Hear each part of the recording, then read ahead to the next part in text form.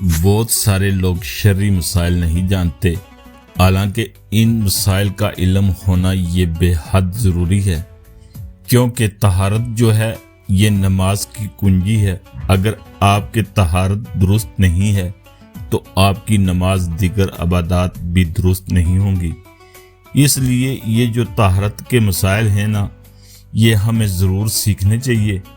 अब ये जो मसाइल हैं बहुत सारे लोग नहीं जानते और पूछते रहते हैं।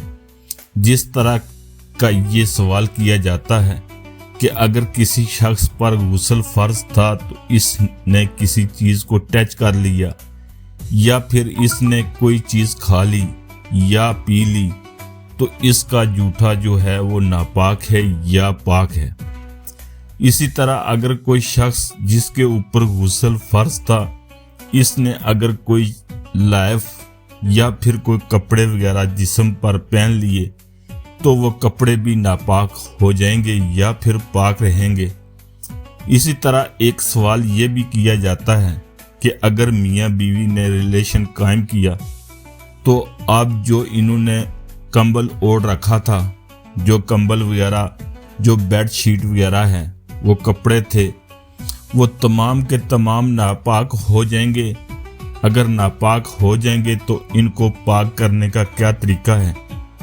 क्योंकि बहुत बड़े कंबल होते हैं, बेड शीट, इनको इतनी आसानी के साथ जो है वो वॉश करना वो इतना आसान नहीं होता, तो इनको पाक करने का फिर क्या तरीका है? अगर वो नापाक हो जाएं, बहुत ही अहम मसाइल हैं। देखें, यहाँ पर सबसे पहले एक चीज़ मैं आप लोगों को समझाना चाहता हूँ।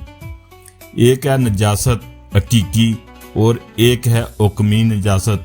हकीकी यानी जिसे आप देख सकते हैं, जो नजासत नज़र आती है, इसकी कोई स्मेल वगैरह है, यानी जिस तरह पेशाब पैखाना या फिर इसी तरह मनी मजी वदी, ये जो है नजासत हकीकी है।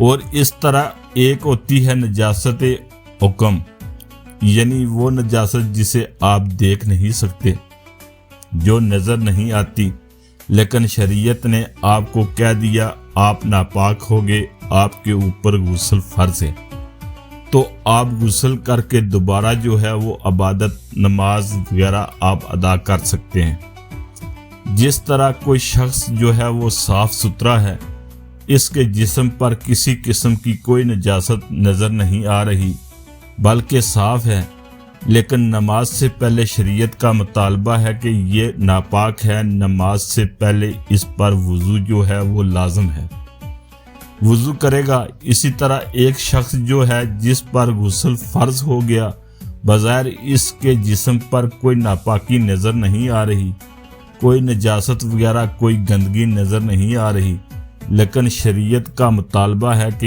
ये नापाक हो चुका है, इसको गुस्ल करना ज़रूरी है, तो ये नजासत हकीमिया है। ये जो नजासत है वो किसी चीज़ को टच करते हैं, ये छू लेते हैं, तो ऐसा नहीं है कि आपसे ये नजासत दूसरी जगह ट्रांसफ़र हो जाएगी। यानी अगर आप पानी पीते हैं या आपका कोई जूठा वगैरह लेता है तो ऐसा नहीं है वो नापाक हो जाएगा, या फिर इसका पसीना जो है जिस पर गुस्ल फ़र्ज था वो नापाक है, वो कोई कपड़ा पहनेगा तो वो कपड़ा भी नापाक हो जाएगा। ऐसा बिल्कुल नहीं है। ठीक है, ये नजासत के हुक्म ही है। शरीयत का मुतालबा है कि आप नापाक हैं, आप गुस्ल करें तो आप गुस्ल करेंगे, लेकिन बाज़ार ये नजासत नापाकी नहीं है कि जो एक जगह से दूसरी जगह जो है वो पहुंच जाए, लेकिन नजासत हकीकी जो है, जो पेशाब पखाना और जिसे आप देख सकते हैं, जो नज़र आ रही है, जिसकी स्मेल वगैरह है, या फिर जो नजासत है ना, ये अगर एक जगह से दूसरी जगह पहुंच गई तो वो जगह भी नापाक हो जाएगी। यानी एक जगह से दूसरी जगह जो है वो लग सकती है, तो ये जो नजासत हकीकी है, अगर ये कपड़े पर लग जाए या जिस चीज़ पर भी लग जाए, सिर्फ इतना हिस्सा ही नापाक होगा जहाँ पर नजासत लगेगी, पूरा कपड़ा नापाक नहीं होगा। ऐसा नहीं है कि पूरा कपड़ा ही नापाक हो जाएगा।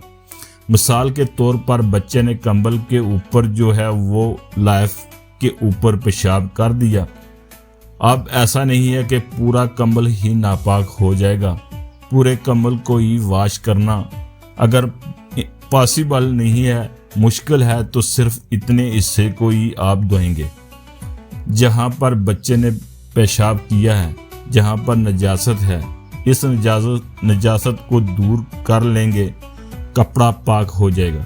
اسی طرح میاں بیوی نے ازواجی زندگی تعلقات قائم کیے، انہوں نے لائف اوڑھ رکھا تھا یا پھر کوئی کمبل وغیرہ، بیڈ شیٹ وغیرہ، یا جو انہوں نے کپڑے پہن رکھے تھے، ایسا نہیں ہے کہ وہ کپڑے ناپاک ہو جائیں گے، اس وقت تک کپڑے ناپاک نہیں ہوں گے جب تک ان کے اوپر کسی قسم کی کوئی نجاست نظر نہیں آئے گی۔